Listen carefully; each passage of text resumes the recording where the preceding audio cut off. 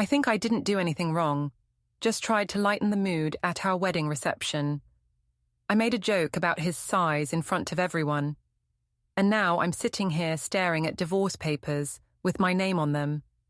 I never thought one little laugh could end my marriage. Before we dive deeper into this story, I have one small request.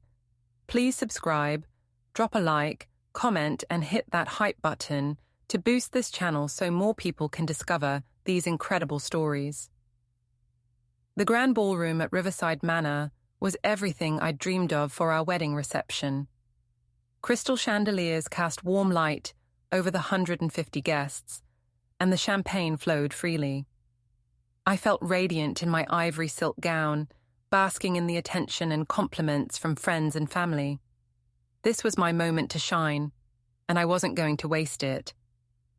Nate looked handsome in his charcoal grey tuxedo, though he seemed quieter than usual.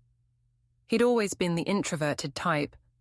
That's what attracted me to him initially. While other guys were loud and obnoxious, Nathaniel Rowan was thoughtful, successful in his IT consulting business, and treated me like a queen. At least he used to.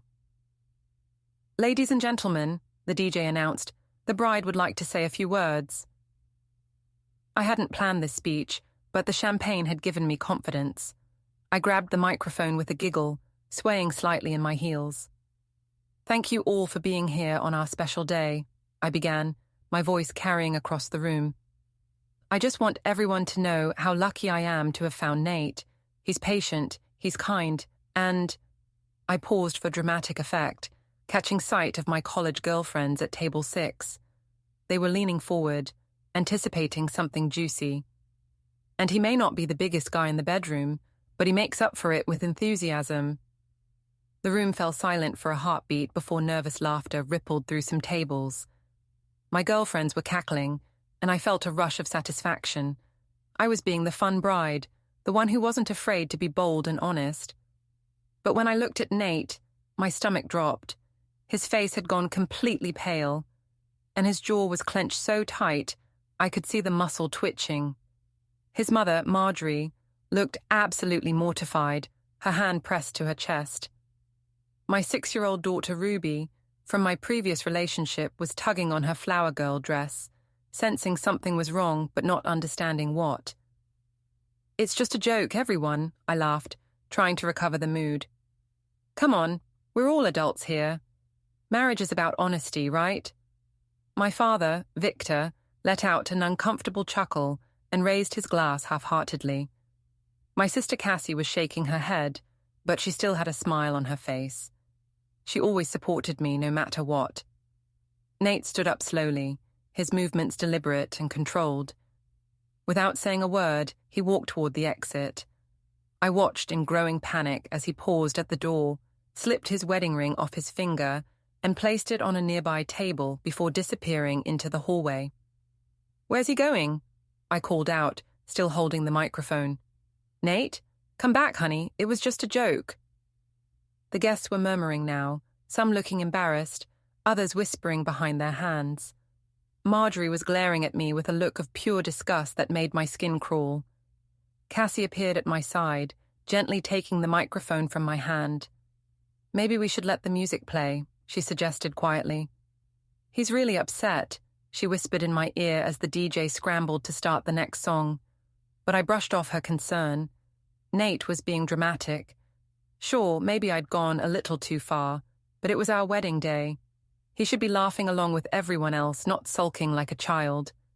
This was supposed to be the happiest day of our lives, and he was ruining it with his oversensitivity.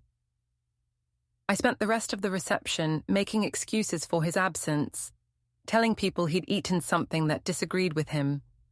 Most of our friends seemed to buy it, but I could see the doubt in some of their eyes.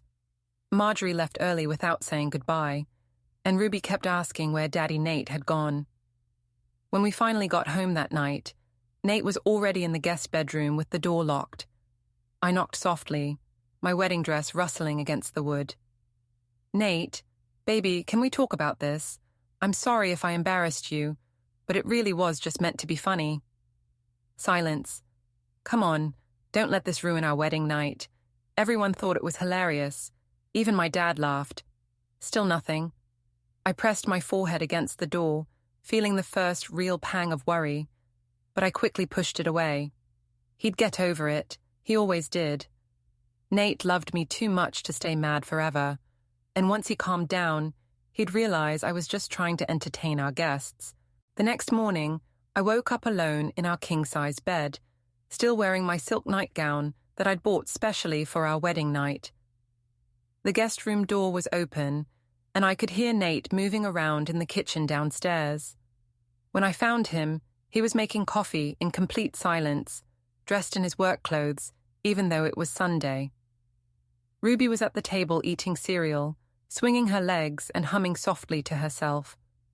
"Good morning," I said brightly, moving to kiss his cheek. He stepped away before I could reach him, not even looking in my direction. "Nate, come on. You can't stay mad forever. It was one little joke." He poured his coffee and walked past me toward the living room. Ruby looked up from her bowl with worried eyes. "Why is Daddy Nate sad?" she asked. "He's not sad, sweetie. He's just being silly. Grown-ups sometimes have little disagreements, but everything's fine." But everything wasn't fine, and it became increasingly clear over the following days. Nate spoke to me only when absolutely necessary, usually about Ruby's schedule or household logistics. He moved his things permanently into the guest room and started leaving for work earlier and coming home later. By Wednesday, my phone was buzzing constantly with messages from family and friends. The wedding videos had made their way to social media, and apparently, my speech was getting quite a bit of attention. My college friend Jennifer texted, "Girl, you are savage. I can't believe you actually said that." My coworker Lisa wrote, "Saw the video on Facebook. You're braver than I could ever be. How's Nate handling his 15 minutes of fame?" But it was the family group chat that really got heated. Marjorie had started it with a message that made my blood boil. "I hope everyone saw what happened at the wedding. My son deserves better than public humiliation from his own wife." My father tried to mediate. "Let's all take a breath here. Eulalia made a mistake, but they're married now and need to work it out privately." Cassie jumped to my defense. "It was just a joke. Everyone's being way too dramatic about this. Couples tease each other all the time." But Marjorie wasn't backing down. "There's a difference between private teasing and humiliating your husband in front of 150 people. That video is all over social media now. His business colleagues are probably seeing it." I decided to call her directly, my hands shaking with anger as I dialed. "Marjorie, this is ridiculous. You're turning everyone against me over nothing." "Nothing." Her voice was ice cold. "You think destroying your husband's dignity in front of his friends, family, and business associates is nothing?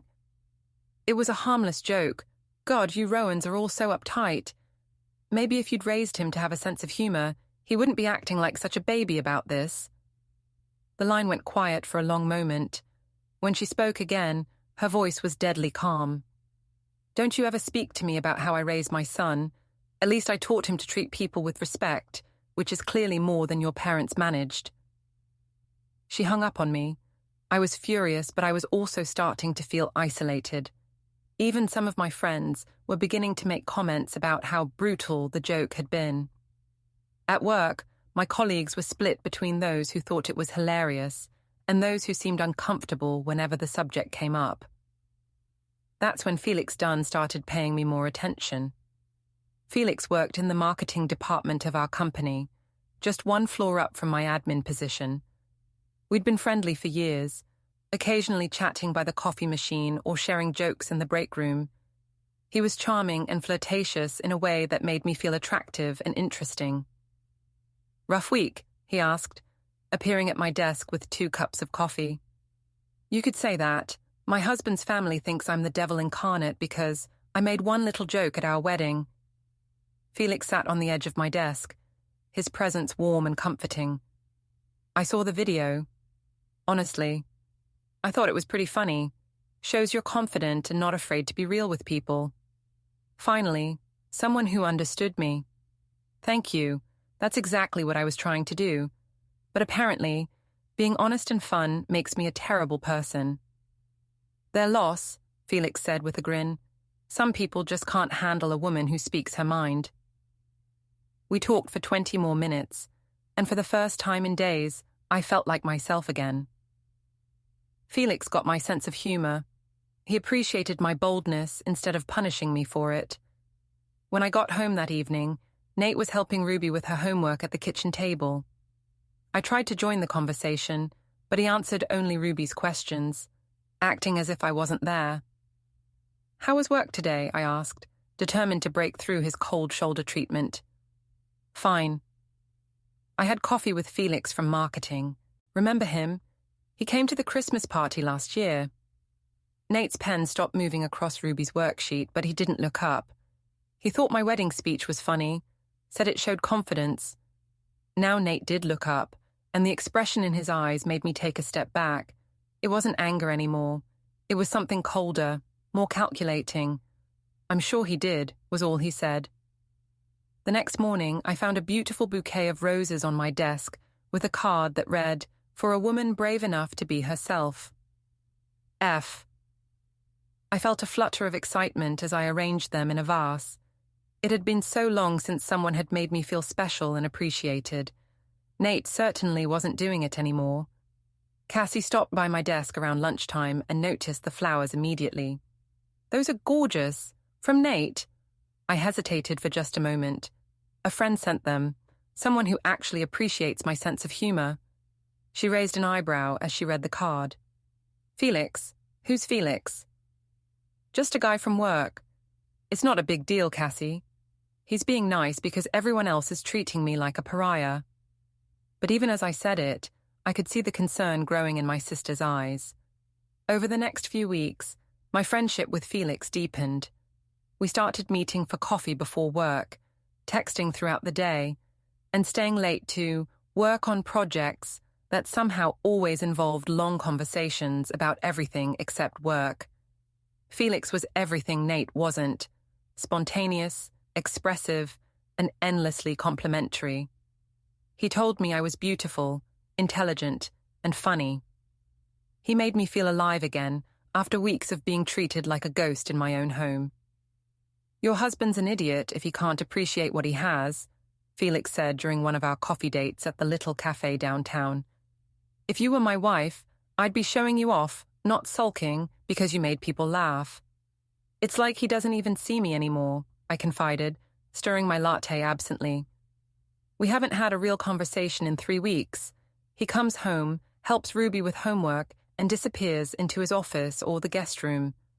I feel like I'm living with a stranger." Felix reached across the table and covered my hand with his. "You deserve so much better than that, Eulalia. You're vibrant and passionate. You shouldn't have to dim your light just to make someone else comfortable." The touch of his hand sent electricity through me. I knew I should pull away, but I didn't want to. For the first time in weeks, I felt wanted and understood. "I should probably get back to work," I said reluctantly. "Should, yes. Want to, that's a different question." He was right. I didn't want to go back to my mundane admin tasks. I wanted to stay here in this bubble where someone actually enjoyed my company. We started meeting more frequently, always finding excuses to justify it. Felix needed help with a presentation. I was having trouble with my computer and needed IT advice, though I asked Felix instead of my actual IT consultant husband. We were collaborating on a project that didn't really exist. The texts became more frequent and more intimate. Felix would send me good morning messages that made me smile, funny memes throughout the day, and sweet goodnight texts that I found myself looking forward to more than anything else in my routine. "Thinking of you," he wrote one evening. "Hope you're having a better night than you deserve in that cold house." "You always know exactly what to say," I replied. "I don't know what I'd do without our friendship right now." "Is that what we're calling this? Friendship?" I stared at the message for a long time before responding. "What would you call it?" "Something that deserves to be explored." I deleted that entire conversation thread, but I couldn't delete the way it made me feel. At home, things were getting worse. Nate had become completely withdrawn, speaking to me only when Ruby was around, and even then, keeping the conversation focused entirely on our daughter. Ruby was starting to act out, sensing the tension even if she couldn't understand it. "Why don't you and Daddy Nate sleep in the same room anymore?" she asked one morning while I was braiding her hair for school. "Daddy Nate has been snoring really loudly lately, so he's sleeping in the other room so Mummy can get rest for work," I lied smoothly. "But Grandpa Victor snores and Grandma doesn't sleep in another room. Kids notice everything. Every family is different, sweetheart. It doesn't mean anything's wrong." But something was wrong, and it was getting worse every day. Nate had started asking questions about my schedule, wanting to know why I was getting home later from work, why I was suddenly so interested in professional development activities that seemed to happen during lunch hours. "I'm trying to advance my career," I told him during one of our rare direct conversations. "Maybe if you paid attention to anything besides your own hurt feelings, you'd know that I'm working on some important projects." With Felix, the way he said the name made my stomach clench. Among other people, yes. He's been very helpful with some marketing initiatives. Nate stared at me for a long moment, and I had the uncomfortable feeling that he could see right through me. I'm sure he has been. That weekend, we were supposed to go to dinner at Marjorie's house, a family tradition that happened twice a month. I'd been dreading it, knowing that the wedding incident would still be hanging over everything like a dark cloud. "Do we really have to go?" I asked Nate as he helped Ruby find her shoes. "Your mother still isn't speaking to me, and I don't feel like being treated like a criminal for the entire evening. Ruby looks forward to seeing her grandmother, and yes, we're going."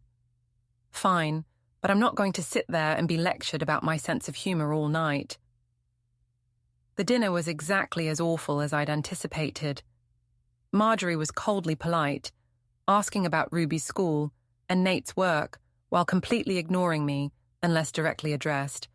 My father was there too, trying to keep the conversation light, but even he seemed uncomfortable. "How are things at work, Eulalia?" he asked during the main course. "Great, actually. I've been working on some exciting new projects, really expanding my skill set and networking with people in different departments." Marjorie's fork paused halfway to her mouth. "Networking. How nice." There was something in her tone that made me defensive. "Yes, it is nice. Some of us believe in personal growth and building professional relationships. I'm sure your husband appreciates your dedication to professional development." The way she said it made me feel like she knew something, but that was impossible. I'd been careful about my friendship with Felix. We met in public places, kept our texts friendly, mostly, and never did anything that crossed any real lines. After dinner, while Ruby was playing in the backyard with Marjorie's dog, the adults sat in the living room making strained conversation. I excused myself to use the bathroom, and when I came back, I could hear voices from the kitchen. "Just saying, you need to pay attention to what's happening," Marjorie was saying. "I am paying attention," Nate replied quietly. "Are you? Because from where I'm sitting, it looks like she's walking all over you, and you're just taking it." "It's complicated, Mom." "No, it's not. She humiliated you in front of everyone we know. She's showing no remorse, and now she's staying late at work and talking about networking with some man. How is that complicated?" I felt my face burning with anger and embarrassment. How dare she make assumptions about my relationship with Felix? And how dare Nate discuss our private business with his mother? I marched into the kitchen, no longer caring about keeping up appearances. "If you have something to say about me, Marjorie, maybe you should say it to my face instead of gossiping behind my back." She turned to look at me with that same cold expression she'd worn since the wedding. "I don't gossip, Eulalia. I speak facts, and the fact is that you're destroying your marriage and you don't seem to care." "I'm destroying it. Your son has been giving me the silent treatment for weeks over one joke." "One joke? Maybe if he wasn't so insecure and uptight, we could have worked through this like adults." "Insecure?" Marjorie's voice rose.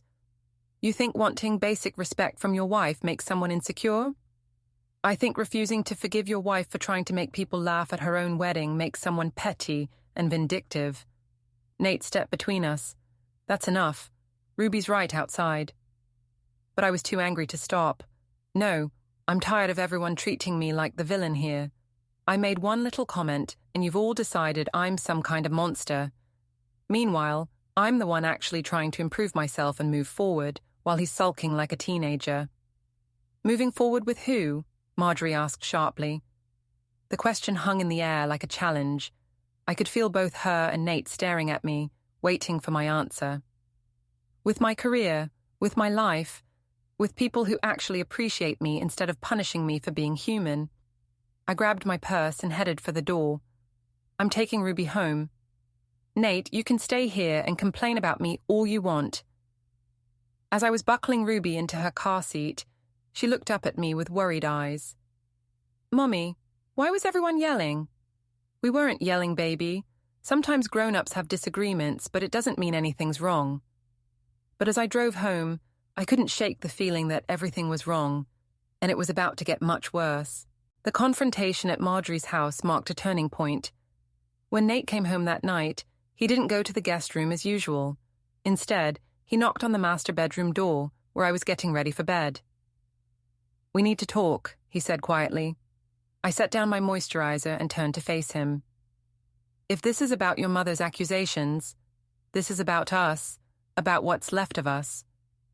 There was something different in his voice, a finality that made my chest tight. Nate, I know things have been difficult since the wedding, but we can work through this. Couples go through rough patches all the time. He sat down in the chair by the window, maintaining distance between us. Tell me about Felix. My heart started racing, but I kept my expression neutral. What about him? He's a colleague. We work together sometimes. Is that all? Of course that's all. What are you implying? Nate reached into his pocket and pulled out his phone. He scrolled for a moment, then held it up so I could see the screen. It was a photo of me and Felix at the coffee shop, leaning across the table toward each other, his hand covering mine. Where did you get that? I demanded. Does it matter? The question is why my wife is holding hands with another man in a cafe downtown when she's supposed to be at work. I felt trapped, but I wasn't going to admit to anything. We weren't holding hands. He was being supportive because I was upset about all the drama your family has been putting me through. If you'd been there for me instead of shutting me out, maybe I wouldn't need support from friends. Friends don't usually send flowers with romantic notes. My blood went cold. How do you know about the flowers? I have my ways. The question is, how long has this been going on? Nothing is going on. Felix is a friend who's been kind to me during a difficult time. I'm sorry if that threatens your ego, but I haven't done anything wrong. Nate studied my face for a long moment. You really believe that, don't you? You actually think that carrying on an emotional affair is perfectly acceptable because you're upset with me. It's not an affair. We're friends. We talk. We have coffee. He sent flowers once. That's called friendship, Nate. Maybe you should try it sometime, instead of being a cold, distant robot. I see. He stood up slowly. So this is my fault. The wedding speech was my fault for being too sensitive. The secret meetings are my fault for not being supportive enough. What's next, Eulalia? When you sleep with him, will that be my fault too? I'm not going to sleep with him. God, you're being paranoid and jealous over nothing. Am I? He pulled his phone out again and started reading. Thinking of you. Hope you're having a better night than you deserve in that cold house. You always know exactly what to say. I don't know what I'd do without our friendship right now. Each text message hit me like a physical blow. How did he have access to my messages? You went through my phone, I accused, trying to shift the focus back to him. I didn't have to. You're not as careful as you think you are. I felt sick. How much did he know? How long had he been watching me? Those messages are completely innocent. Friends support each other through difficult times. What would you call it? something that deserves to be explored. He looked up from the phone. Still think it's just friendship? I couldn't speak. Seeing my own words read back to me in Nate's cold, controlled voice made them sound completely different than they had in the moment. We were just talking. People say things when they're emotional that don't mean anything. Right. Just like your wedding speech didn't mean anything. Just like the lies about working late don't mean anything. Just like the secret coffee dates don't mean anything. He was building a case against me, and I could feel the walls closing in. Fine. Yes, I've been spending time with someone who makes me feel good about myself. Someone who doesn't punish me for every little mistake and actually enjoys my company. If that makes me a terrible person, then I guess I'm terrible. There it is, Nate said quietly. Finally, some honesty. What do you want me to say, Nate? That I'm sorry. I am sorry things got to this point, but you pushed me away first. You shut me out. You made me feel like a stranger in my own home. And when someone else showed me kindness, I appreciated it. I'm human. So this is still my fault. It's both our faults, but I'm willing to work on it if you are. I'll stop spending time with Felix if that's what you want. We can go to counseling. We can start over, whatever it takes. Nate was quiet for a long time, just looking at me with an expression I couldn't read. It's too late for that, he finally said. What do you mean? I mean, I'm done, Eulalia. I'm done being married to someone who thinks humiliating me publicly is funny. I'm done being married to someone who lies to my face about carrying on with another man. I'm done being married to someone who takes no responsibility for her actions and blames everyone else for the consequences. The room started spinning. You don't mean that. We can fix this. No, we can't, because you don't think there's anything to fix. Even now, even caught red-handed, you're still making excuses and trying to turn this around on me. He headed toward the door, then stopped and turned back. I'll be staying at my mother's for a while. We'll need to figure out arrangements for Ruby. You can't take her away from me. I'm not taking her away, but I'm not going to keep living in this house, pretending we're a happy family when we're not. After he left, I sat on the bed in shock. This couldn't be happening. Yes, I'd made some mistakes, but they weren't marriage-ending mistakes. Lots of couples dealt with flirtations and emotional connections outside their marriage. We could work through this if he would just stop being so dramatic about everything. I called Cassie, desperate for someone to tell me I wasn't crazy. He's threatening to leave me, I sobbed into the phone. Over nothing, over some harmless flirting with a coworker. There was a pause on the other end of the line. Eulalia, maybe you should take a step back and really look at what's been happening. What do you mean? I mean, first the wedding thing, now this. Maybe Nate has a point. I couldn't believe what I was hearing. You too? You're taking his side too? I'm not taking sides. I'm just saying that if I were in his position, I might be pretty hurt and angry too. But you said the wedding speech was just a joke. It was just a joke, but maybe it was also hurtful. And maybe spending all this time with another man while your husband is already feeling hurt wasn't the best idea. I hung up on her. Everyone was against me. My own sister was abandoning me when I needed her most. The next few days passed in a blur. Nate came by to pack some clothes and spend time with Ruby, but he barely spoke to me. Ruby kept asking when Daddy Nate was coming home, and I kept making excuses that sounded weaker every time. Felix noticed my distress immediately. You look terrible, he said, appearing at my desk with coffee and concern. Nate moved out. He found out about our friendship and completely overreacted. Felix's expression grew serious. How much does he know? Enough. He has some of our text messages, photos of us at the cafe. He's acting like we're having some torrid affair when we're just friends who support each other. Eulalia. Felix sat down and looked uncomfortable. Maybe we should cool things down for a while, until this blows over. I stared at him in disbelief. You're abandoning me too? I'm not abandoning you. I just think maybe your husband has a point about boundaries. I don't want to be responsible for breaking up your marriage. My marriage was already broken. You're the only good thing in my life right now, and you want to take that away too." But I could see in his eyes that he was already pulling back.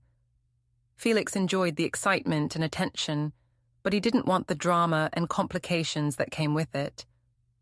That evening, alone in the house except for Ruby, I finally began to understand how completely I'd lost control of my life. 3 weeks after Nate moved out, I received a certified letter that made my hands shake as I opened it. Divorce papers. He was actually filing for divorce. But that wasn't the worst part. The worst part was that he was seeking full custody of Ruby, citing emotional instability and infidelity as grounds for supervised visitation only. I immediately called the lawyer, whose name was on the letterhead, demanding an emergency meeting. "Mrs. Rowan," Attorney Patricia Mills said, as I sat across from her mahogany desk, "I have to advise you that your husband has a very strong case.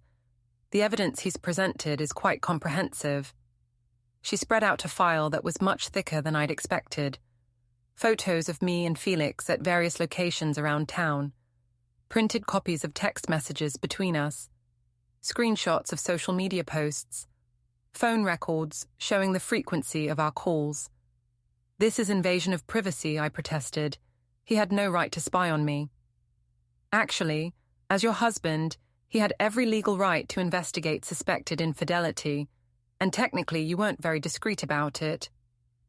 She showed me a photo I'd never seen before, Felix and me leaving the office building together, his arm around my waist as he guided me toward his car. "When was this taken?" "Last Tuesday, according to the timestamp. Building security cameras are quite sophisticated these days." I felt sick. I barely remembered that moment. Felix had offered to drive me to lunch because my car was in the shop. It was completely innocent, but in the photo, it looked intimate and secretive. "Mrs. Rowan, I need you to be completely honest with me. Did you have physical relations with Mr. Dunn?" "No, we never. It wasn't like that. We were just friends. Close friends, but nothing physical happened." That may be true, but emotional infidelity can be just as damaging to a marriage in the eyes of the court, especially when combined with the public humiliation incident at your wedding. She pulled out another document, a printed video still from the wedding reception, showing my face mid-speech, with Nate's mortified expression clearly visible in the background.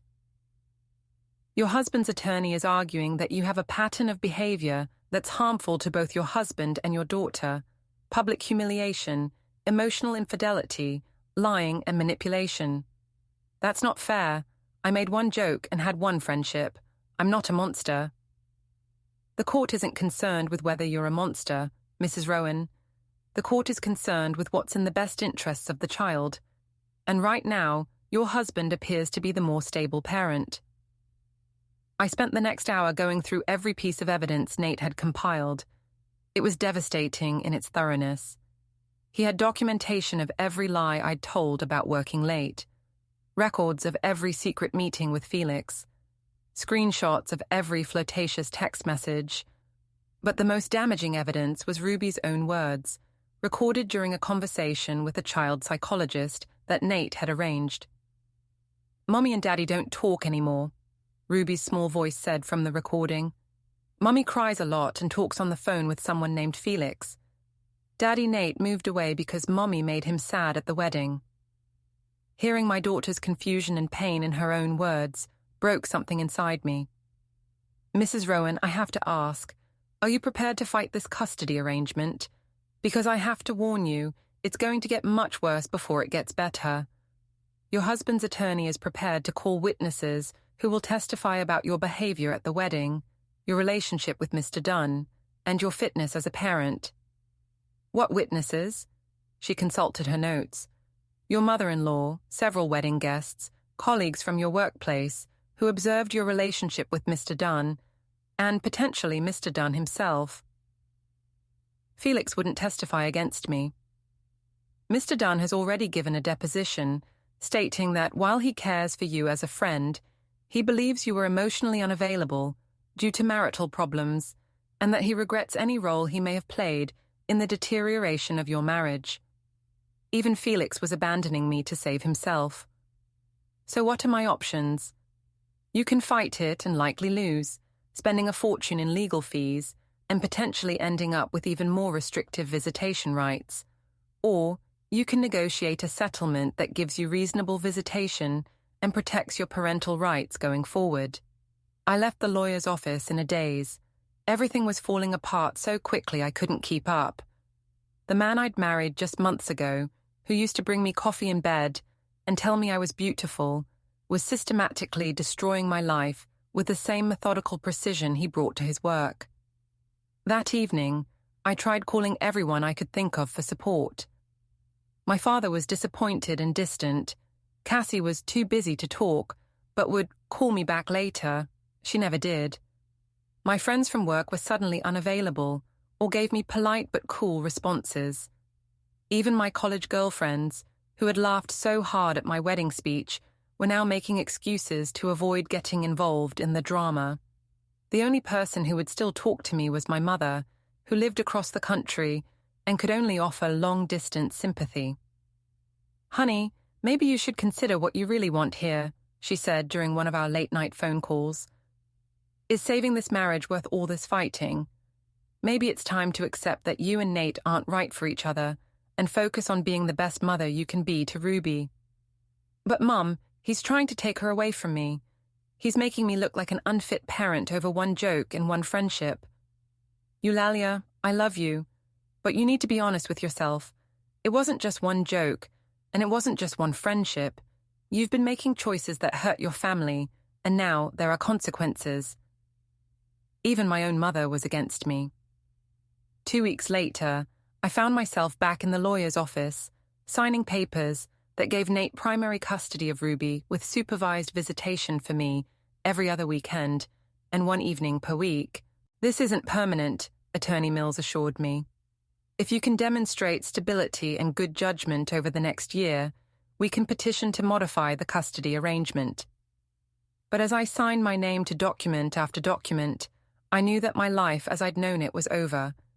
The joke that was supposed to make people laugh had cost me my marriage, my daughter, my friends, and my reputation.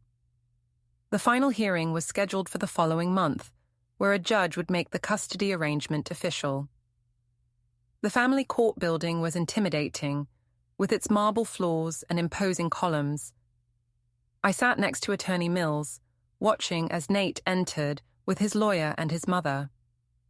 He looked calm and professional in his navy suit, while I felt like I was barely holding myself together.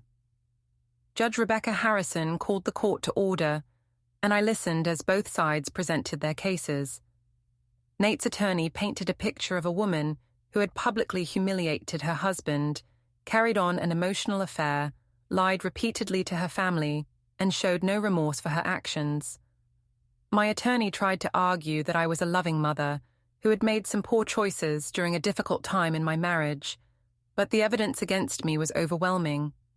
The judge called several witnesses. Marjorie testified about the wedding incident and how it had affected the entire family. A coworker testified about seeing me and Felix together frequently, often appearing intimate and secretive. Even the building security guard testified about the times he'd seen us leaving together. But the most devastating testimony came from Dr. Sarah Chen, the child psychologist who had been working with Ruby. "The child shows clear signs of anxiety and confusion about her family situation," Dr. Chen testified. "She's expressed feeling responsible for the conflict between her parents and has been having nightmares about abandonment. In my professional opinion, she needs stability and consistency, which means minimizing exposure to ongoing parental conflict." When it was my turn to testify, I tried to explain my side of the story, but every answer I gave seemed to make things worse. "Mrs. Rowan," the judge asked, "do you take responsibility for the choices that led to this situation?" "Your Honor, I admit that I made some mistakes, but I was trying to cope with a very difficult situation. My husband shut me out completely after the wedding, and I was just looking for emotional support." "So you believe your husband's reaction to being publicly humiliated justified your subsequent behavior?" I could see the trap, but I didn't know how to avoid it. I don't think anyone's behavior was completely justified, Your Honor. We both made mistakes. Judge Harrison looked at me with an expression that made my stomach drop. Mrs. Rowan, I've reviewed all the evidence in this case, and I have to say, I'm troubled by your apparent inability to take full responsibility for your actions. Even now, you continue to blame your husband for choices that were entirely your own. She shuffled through the papers in front of her. The court finds that Mr. Rowan should be awarded primary physical custody of the minor child, with Mrs. Rowan to have supervised visitation every other Saturday from 10 a.m. to 4 p.m., and one supervised dinner visit per week. Supervised? I stood up, ignoring my lawyer's restraining hand on my arm. Your Honor, I'm not a danger to my daughter. I've never hurt her or neglected her. Mrs. Rowan, the court is concerned about your judgment and your ability to provide emotional stability for the child during this transition period. The supervision requirement will be reviewed in 6 months, provided you complete parenting classes and individual counseling. I felt the room spinning around me. 6 hours every other week with my own daughter, and only under supervision. This couldn't be happening. As we left the courthouse, I tried one last time to talk to Nate. "This is what you wanted?" I asked, catching up to him in the parking lot. "To destroy me completely?" He stopped and turned to face me, and for a moment, I saw a flash of the man I'd married.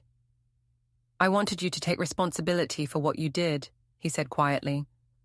"I wanted you to show some remorse, some understanding of how your actions affected our family. I wanted you to fight for our marriage instead of running to another man. I tried to apologize. I offered to go to counseling. No, Eulalia, you offered to stop seeing Felix if I would forget about everything else. You never once acknowledged that what you did was wrong. You never once considered how your actions affected Ruby, or me, or anyone else. It was always about what you wanted, what you needed, what you deserved." He started walking toward his car, then stopped and looked back at me one more time. "The saddest part is that you still don't get it. You still think this is all happening to you instead of because of you." As I watched him drive away, probably to pick up Ruby from school, something I used to do every day, I finally understood the full scope of what I'd lost. My marriage was over. My relationship with my daughter was reduced to supervised visits. My family and friends had all distanced themselves from me.